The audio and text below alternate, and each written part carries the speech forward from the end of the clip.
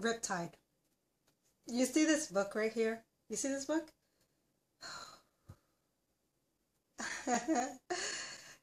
It shouldn't say real, a novel under it. No, no. It should say.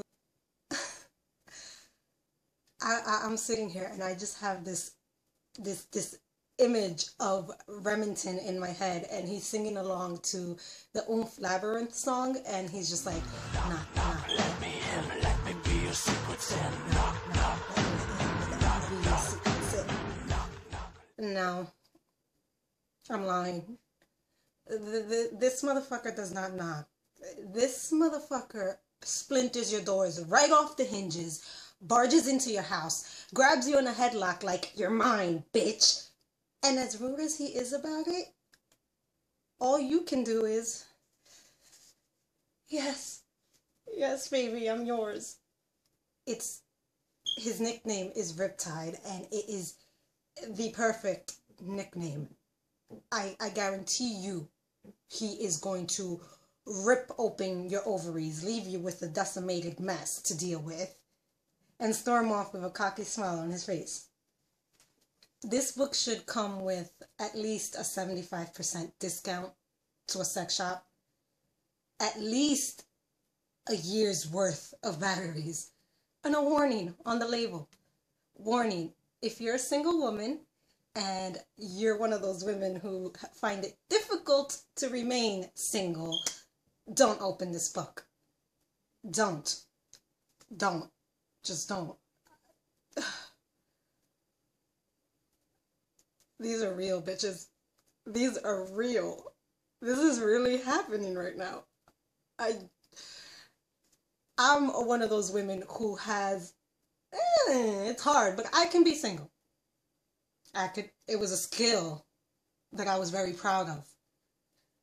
Notice I'm using past tense. Was. I no longer have this skill. I have finished this book. And I am ready to go out there, rape the first mofo I see, marry him, and give him children. And considering the neighborhood I live in, this is not a good thing. No, no. Okay, let me try talking about the book, actually.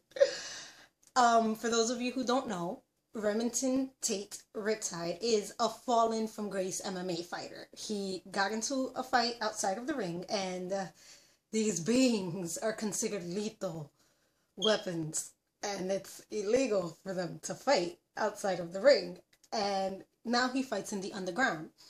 Brooke is, well, she was going to go for, Olympic gold medalist, and then she tore her ACL when she was really young. And now she just, does physical therapy and rehabilitation. Well, she's fresh off training. She doesn't have a job yet. And then her friend Melanie, who,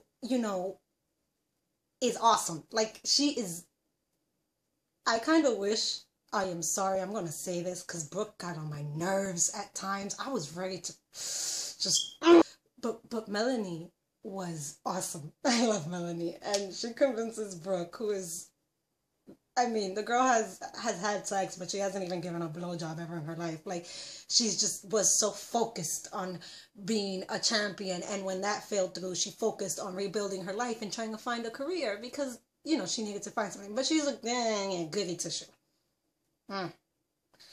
So Melanie convinces Brooke to go see Riptide, one of his fights. Yeah, they go, and Remington's first entrance just and he's in the ring, and he's all brown-haired, spiky-haired, cocky with dimples and blue eyes, and an ounce of fat on him. You know what that means. He trains like a beast. This picture does not do him justice. I am sorry. No. The picture matches. It has the little star tattoo that he has right in the pelvic. But the point is, this picture right here, no, doesn't do him justice, no. But anyway, he enters the ring and he locks eyes with Brooke.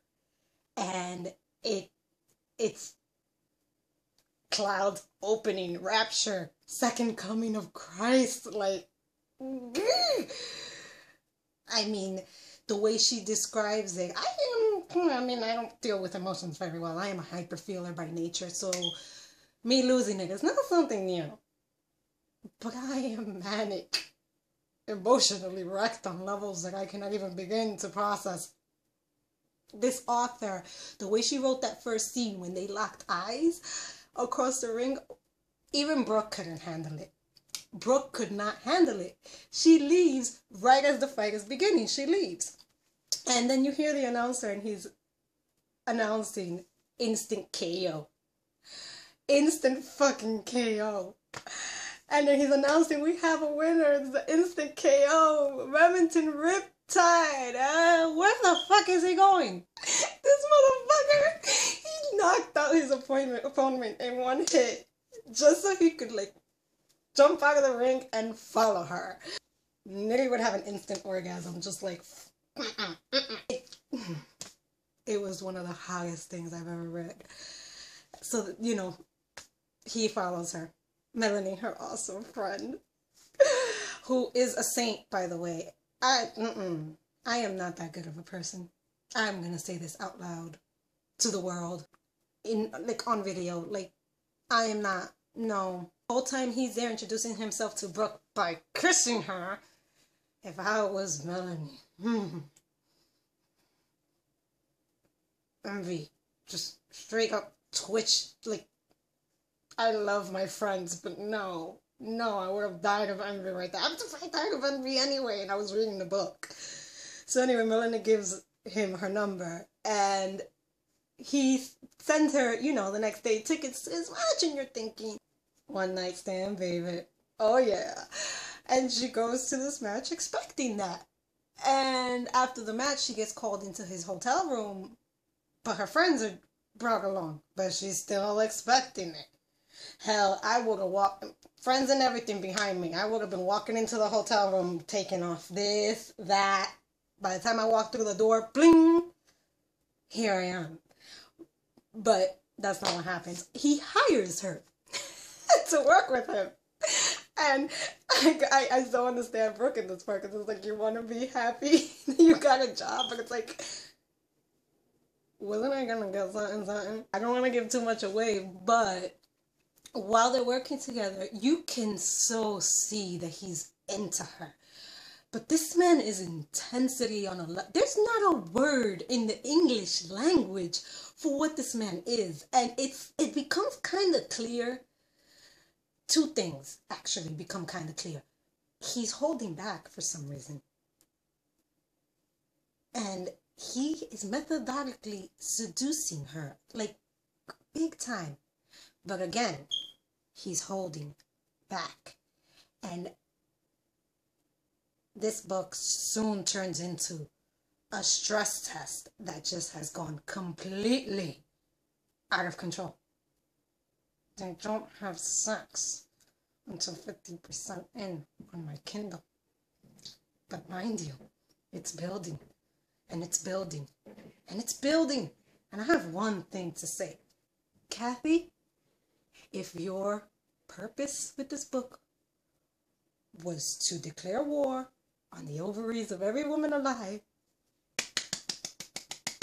you have succeeded. I just 50% and the build-up is intense, and then one of my favorite parts is the first time they're on his private jet, he sits her in the back with him, and I'm praying, oh please, oh please, oh please, and I'm wondering, Brooke, how have you not jumped in his lap yet? Because that's what Lily would do. Yeah. And they're sitting next to each other, and he exchanged iPods with her. He exchanged iPods with her. And then he plays her songs. And it becomes very, very obvious that he's playing her songs that describe what he wants from her, how he feels. And it is so adorable and so intense. And it just does. So, you know, eventually they start coming closer and closer. But there's something different about Ram. You know, there's something... it's on a level that is almost frightening, and but it's gorgeous. It's gorgeous. And he would spend hours just kissing her and kissing her and kissing her and kissing her. Yeah, I am convinced that us females, we are not living. No, we are not living, because men are not like Tate. Although, eventually even Brooke is like, what the fudge is going on? Because he is not fucking her. Also, eventually she just barges into his bathroom and starts beating the shit out of him while he's naked. And I was like, why haven't you slept with me? Why haven't you fucked me? And I'm like, good one, girl, because that's a... And this is when you find out that Tate's bipolar. And he's already had one breakdown in front of her, and they call it going black. And he has a breakdown in the middle of a party because she goes to throw up and he thinks that she left. And he's just flipping out, breaking shit. He's like, where is she? What the fuck did you tell her about me? And that's when you realize, you know, there's something wrong. And one of the most adorable parts about that party, I can't get out of my head. It was after he won a championship and all his friends have him up in the air, and they're like, who's the man? Who's the man? And he's like, that, you know, you bet your damn asses it's me, motherfuckers. And I was like, ding! The whole book is about him easing her in. He wants to ease her into the fact that he is ill and he doesn't take meds for it because the meds make him feel dead, and he wants to live his life alive like he describes it. And they still start a relationship, and at this point is where Brooke starts getting on my fucking nerve. I gotta say this. She does not deserve Rem. She doesn't deserve him. It's sorry. If Katy wanted to put that point across, I mean, she did a great job. The fact that I was so emotionally sucked in and ready to kill Brooke means she did a great job. She just wrote the character as a, you know, so believably. I know how hard it is to do that as a writer, and she did a great job. But across the ring, Brooke sees her little sister. So it turns out that her little sister has been dragged into the world of Remington's and Missouri, and apparently he has her hooked on, Benny the Scorpion has, you know, her little sister Nora hooked on drugs, and she's just in a bad place, blah, blah, blah, blah, blah. At that point, I'm still not mad at Brooke. I mean, that's kind of understandable when you initially chase after your sister, but her sister didn't want to see her. Her sister pulled away and didn't want to see her. So this woman still concocts this retarded plan to see her sister, and doesn't tell Rem about it. I mean, come on. Let me say this to the whole world out there, okay? Don't lie.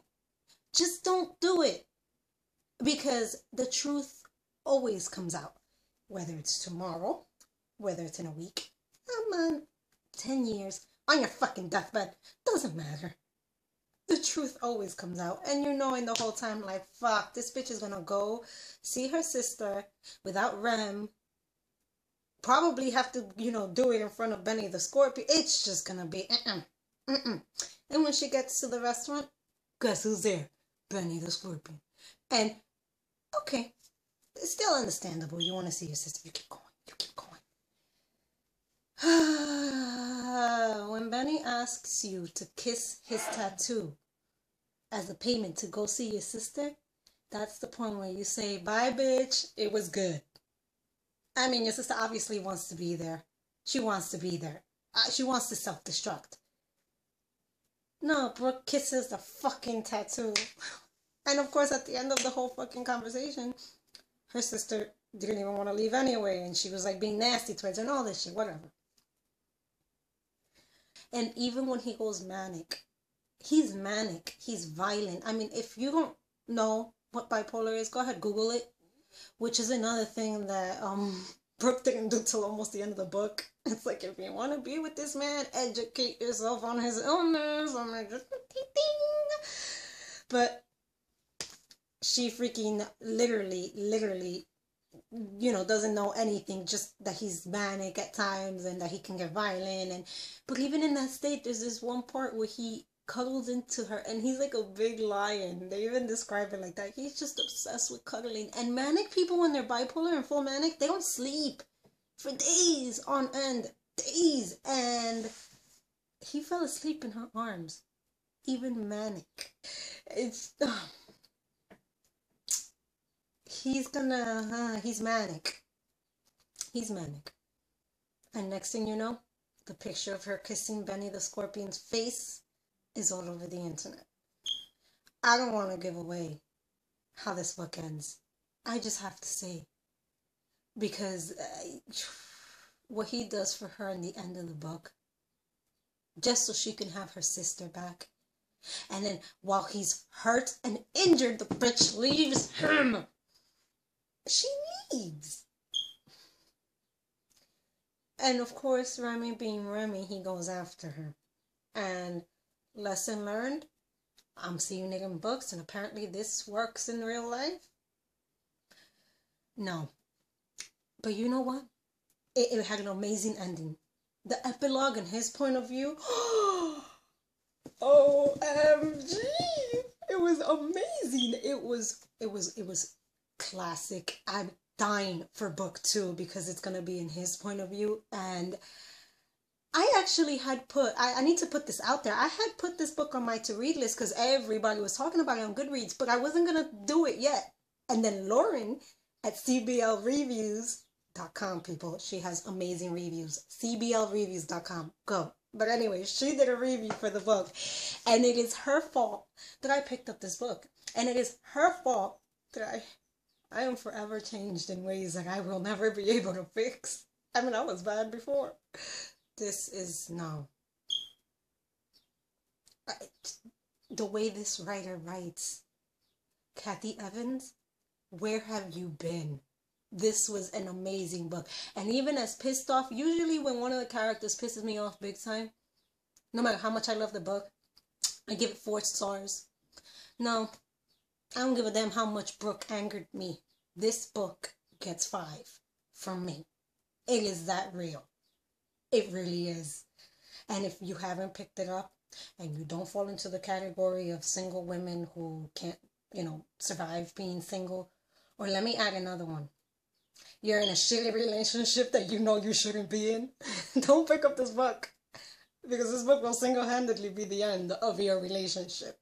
And unfortunately, the Remy he doesn't exist. So, even if you leave your man, you're not going to find him. And neither am I. This is Nitty from House of Malfunction. And you guys have officially been with me throughout my first YouTube CW book review. Because if I reviewed it, you know it has to be good.